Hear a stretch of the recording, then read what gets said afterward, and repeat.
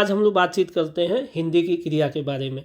तो पिछले वीडियो में हम लोगों ने देखा था कि अंग्रेजी की क्रियाओं के भेद हम लोगों ने बातचीत किया था, उनकी विशेषताएं जब वाक्य में प्रयोग होती हैं तो किन किन बातों का हम लोग को ध्यान रखना होता है।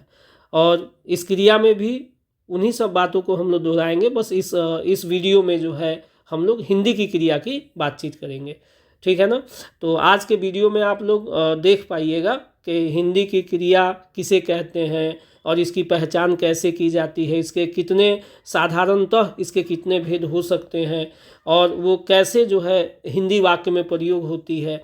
और फिर हम लोग अंत की तरफ जब बढ़ेंगे तो हम लोग पूरे वाक्य में जो है क्रिया कहाँ से कहाँ तक हो सकती है इसका इस चीज़ की भी पहचान करेंगे। तो पूरे वीडियो में आप लोग बने रहिएगा, ठीक है। तो चलिए हम लोग अपनी बात को शुरू करते हैं। तो हिंदी की क्रिया जो है मुख्य रूप से दो भाग में हम लोग बांट सकते हैं, जैसा कि हम लोग अंग्रेजी क्रिया को बांटे थे। एक हो गया आपका सहायक क्रिया, सहायक क्रिया, ठीक है। और दूसरा इसका भेद हो गया मुख्य क्रिया, मुख्य क्रिया, ठीक है ना। मुख्य क्रिया, सहायक क्रिया के अंतर्गत जो है हम लोग है, हो, हूँ, था, थे, थी, एक ग्रुप के अंतर्गत ये क्रियाएं हैं। और दूसरे ग्रुप के अंतर्गत जो है रहा, रहे, रही, चुका, चुके, चुके, चुकी। तो ये जो है हिंदी सहायक क्रिया के रूप है, ठीक है। अब हम लोग बातचीत करेंगे मुख्य क्रिया के बारे में। तो चलिए इसको हेडिंग देते हैं, मुख्य क्रिया। मुख्य क्रिया पहले भी वीडियो में हम लोगों ने देखा था कि मेन वर्ब जो है उसी को मुख्य क्रिया हिंदी में कहते हैं। तो मेन वर्ब, किसी काम को करने को मेन वर्ब कहा जाता है या मुख्य क्रिया कहते हैं। काम को करना, ठीक है ना। किसी काम को करना जो है वही मुख्य क्रिया कहलाता है, या किसी काम का होना जो है मुख्य क्रिया होता है, ठीक है। तो जो है मुख्य क्रिया जैसे हंसना हो गया, बोलना हो गया जिसमें ना लगा होता है, हंसना हो गया, पढ़ना हो गया, बोलना हो गया, इसमें हम लोग ना लगा होता है, वही हमारा मुख्य क्रिया है। अब मुख्य क्रिया के जो रूप है उसकी चर्चा करेंगे हम लोग। मुख्य क्रिया के रूप, ठीक, मुख्य क्रिया के रूप। तो हम लोगों ने देखा कि अंग्रेजी में जो है मुख्य क्रिया के 5 रूप होते हैं, V1, V2, V3, V4, V5। लेकिन उस तरह से सुसज्जित नहीं है हिंदी में क्रियाएं, लेकिन फिर भी उसके अनुरूप जो है हम लोग सजाने की चेष्टा करेंगे। तो सबसे पहले एक बात समझ लेना है कि मुख्य क्रिया के जितने भी रूप हैं वो सब एक रूप से ही बनते हैं, और उस रूप को धातु रूप कहा जाता है या धातु कहते हैं। धातु से ही उनका निर्माण होता है। धातु जैसे पढ़, खेल, जा, ये जो रूप है ये धातु रूप है। इसी से इसमें ना लगा देंगे हम लोग तो पढ़ना हो जाएगा, ता लगा देंगे तो पढ़ता हो जाएगा, ठीक है, ते लगा देंगे तो पढ़ते हो जाएगा। तो इसी धातु रूप से ही दूसरी मुख्य क्रिया के रूप का निर्माण हुआ है। तो इस तरह से हम लोग जो है पहला रूप जो है हम लोग कह सकते हैं कि पढ़ जो है वो क्रिया का एक रूप है, और क्रिया का दूसरा रूप जो है ना लगा देंगे हम लोग, पढ़ना, ये क्रिया का दूसरा रूप हो गया, ठीक है। एक रूप हम लोग और बनाएंगे, जैसे ताते ती लगा देंगे, पढ़ता, पढ़ते, पढ़ती, ठीक है ना। एक रूप ये हो गया। एक रूप हम लोग देखेंगे, चौथा रूप। इस तरह से हम लोग कह सकते हैं कि एक और रूप हम लोग बनाएंगे, जैसे पढ़ेगा, गागेगी हम लोग लगा देंगे, पढ़ेंगे, है ना, पढ़ेगी, गागेगी वाला रूप हो गया एक। क्लियर हो गया ना ये बात। चलिए और भी रूप होते हैं, मुख्य क्रिया के और भी रूप होते हैं, जैसे आपका हो गया पढ़ो, पढ़िए, पढ़ो, ठीक है, पढ़िए, एक रूप ये हो गया। और रूप होते हैं जैसे पढ़ा, पढ़े, पढ़ी, ठीक है ना, पढ़ा, पढ़े, पढ़ी, ठीक, एक रूप ये हो गया। एक और रूप जो है वो भी होता है मुख्य क्रिया का, जैसे पढ़वाया, पढ़वाए, पढ़वाई। तो इस तरह से हम लोग देख सकते हैं कि मुख्य क्रिया के कई रूप होते हैं, ठीक है ना, मुख्य क्रिया के कई रूप होते हैं। अब चलिए हम लोग बात करते हैं कि वाक्य में इसकी क्या विशेषताएं हैं। तो प्रॉपर्टीज ऑफ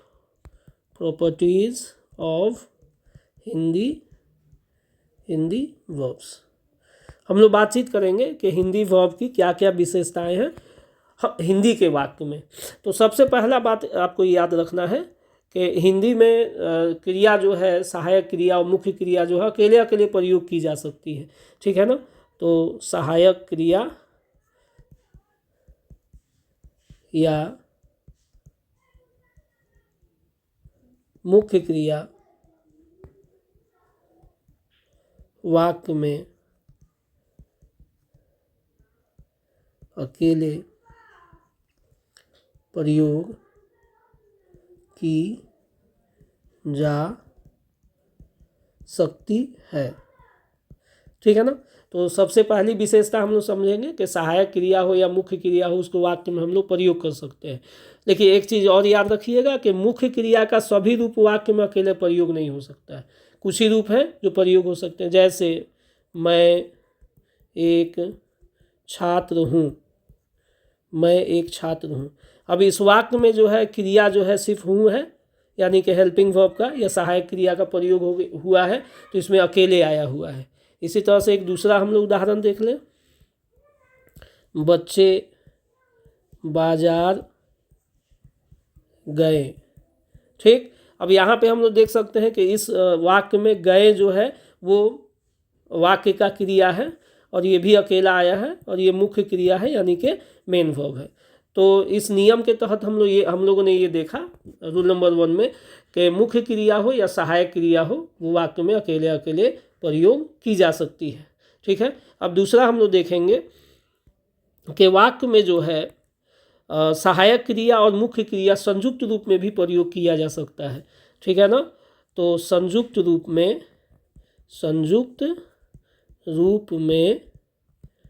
क्रियाएं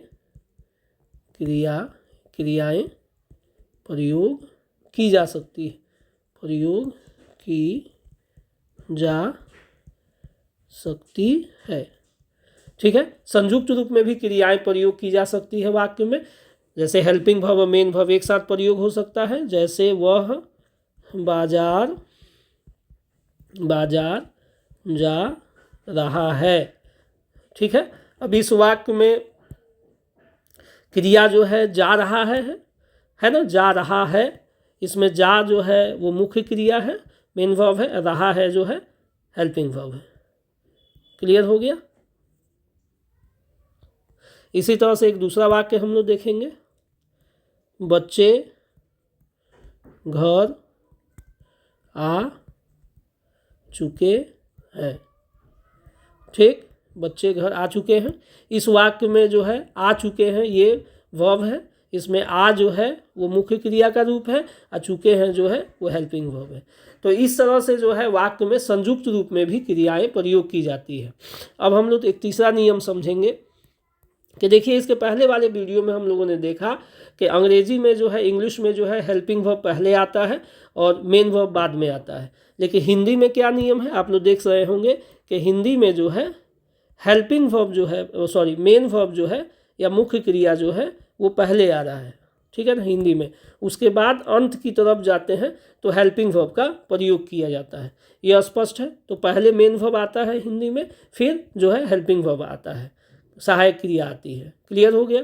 तो इस तरह से यदि हम लोग वाक्य में, हिंदी वाक्य में यदि क्रिया पहचानना चाहेंगे तो आसानी से पहचान सकते हैं। हम लोग को देखना ये होगा कि मुख्य क्रिया हिंदी वाक्य में कहाँ से शुरू हो रही है, वहाँ से लेकर के सहायक क्रिया जहाँ पे अंत हो रही है उसी सहायक क्रिया तक जितने भी शब्द होंगे वो सब क्रिया के अंतर्गत आएंगे, वर्ब के अंतर्गत आएंगे।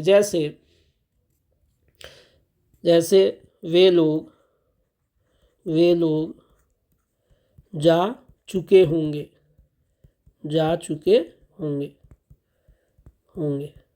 ठीक है। तो अब इसमें हम लोग क्रिया कहाँ से समझेंगे, तो पहले हम लोग देख ले कि वाक्य में मेन वर्ब जो है वो कहाँ पे आया है। तो जा जो है वो मेन वर्ब का रूप है और हेल्पिंग वर्ब जो है यहाँ तक है, तो जा चुके होंगे यहाँ से लेकर के यहाँ तक जो है ये क्रिया, ये वाक्य में ये क्रिया है, ठीक है ना, जा चुके होंगे। इसी तरह से उसे इस प्रश्न का हल करना नहीं आता है। अब इस वाक्य में सबसे पहले हम लोग देखेंगे कि मुख्य क्रिया कहाँ से शुरू है, तो हल करना, यहाँ से ये जो है हल करना जो है ये मेन वर्ब है, हल करना यहाँ से शुरू हो रहा है और आता है तक जो है ये क्रिया है। तो हल करना नहीं आता है, ये पूरा यहाँ से लेकर के यहाँ तक जो है क्रिया हम लोग मान लेंगे इस वाक्य का। स्पष्ट हो गया, ठीक है। तो हम लोग पहचान कैसे करेंगे, तो कुछ नहीं करना है हमको, जहाँ से मेन वर्ब शुरू होगा, हिंदी में मेन वर्ब जहाँ से शुरू होगा वहाँ से लेकर के हेल्पिंग वर्ब तक जो है हम लोग क्रिया मान लेंगे, हेल्पिंग वर्ब तक चिन्हित कर देंगे, वही जो होगा हमारा क्रिया होगा। मेन वर्ब से लेके हेल्पिंग वर्ब तक इसको हम लोग वर्ब के अंतर्गत रखेंगे। अब यहाँ पे एक और बात, एक आखिरी बात ये मैं समझा दूँ कि जब हम लोग हिंदी में और अंग्रेजी में क्रियाओं में भी कुछ फ़र्क है, कुछ फ़र्क आप लोगों ने यहाँ पे महसूस किया होगा। कुछ और फ़र्क ये है कि कई जगह पे है, जैसे समाधान करना, ठीक, समाधान करना। अब यहाँ पे हिंदी के अनुसार समाधान जो है ये करना जो है ये वर्ब है, ये क्रिया है, ठीक है ना, ये वर्ब है और समाधान इसका ऑब्जेक्ट हो जाएगा, ठीक है। तो समाधान करना ये अलग अलग सी चीज़ें हैं। यहाँ पे करना जो है वो वर्ब है और समाधान जो है उसका ऑब्जेक्ट है। इसी तरह से हिंदी के अनुसार काम करना, ठीक है, यहाँ पे करना जो है वो क्रिया होगा, करना जो है वो वर्ब होगा और काम जो है इसका ऑब्जेक्ट हो जाएगा या कर्म हो जाएगा हिंदी के अनुसार, ठीक है। इसी तरह से और उदाहरण देख लीजिए, प्रयोग करना, ठीक है, प्रयोग करना। इस वाक्य में भी हिंदी के अनुसार करना जो है वो क्रिया होगा, ये वर्ब होगा और प्रयोग जो है उसका ऑब्जेक्ट हो जाएगा। लेकिन जब इसका हम लोग अंग्रेजी में अनुवाद करते हैं, ठीक है, अंग्रेजी में अनुवाद करेंगे तो समाधान करना का ही अंग्रेजी अनुवाद क्या होगा, तो समाधान करना अंग्रेजी के अनुसार दोनों मिल करके क्रिया बनेगा, ये दोनों मिल करके क्या बनेगा, क्रिया बनेगा अंग्रेजी के अनुसार, और इसका अंग्रेजी हो जाएगा सॉल्व, मतलब समाधान करना। तो देखिए, तो अंग्रेजी और हिंदी यहाँ पे भी अंतर है, दोनों में भिन्नता है। हिंदी के अनुसार करना क्रिया है और समाधान जो है उसका ऑब्जेक्ट है, लेकिन अंग्रेजी कहता है कि नहीं, समाधान करना दोनों मिल करके क्रिया है और इसका अंग्रेजी होता है सॉल्व। इसी तरह से काम करना, ये दोनों मिल करके अंग्रेजी में क्रिया बन जाता है और इसका अंग्रेजी होता है वर्क, ठीक है। इसी तरह से प्रयोग करना, ये दोनों मिल करके जो है वर्ब बनता है अंग्रेजी के अनुसार और इसका मतलब होता है यूज़, प्रयोग करना।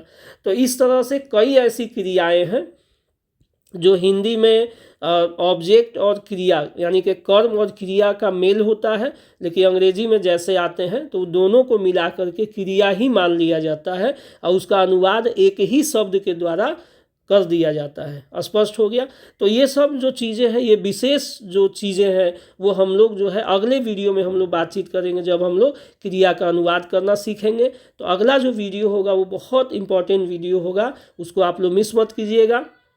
अगले वीडियो में हम लोग समझेंगे कि हिंदी के किस क्रिया का अनुवाद अंग्रेजी के किस वर्ब के द्वारा किया जाता है, ठीक है। ये सब हम लोग बातचीत करेंगे और बहुत सारे रूल्स हम लोग पढ़ेंगे और फिर आप देखिएगा कि उस रूल्स को पढ़ करके आप आसानी से हिंदी वाक्य को आप बहुत ही आसानी से अंग्रेजी में अनुवाद कर सकते हैं। और यदि अब तक आप लोगों ने वीडियो को सब्सक्राइब नहीं किया होगा, चैनल को सब्सक्राइब नहीं किया होगा, वीडियो को लाइक कीजिए, चैनल को सब्सक्राइब कीजिए और इसी तरह के अच्छे कंटेंट फ्री ऑफ कॉस्ट जो है आप लोग एंजॉय कीजिए।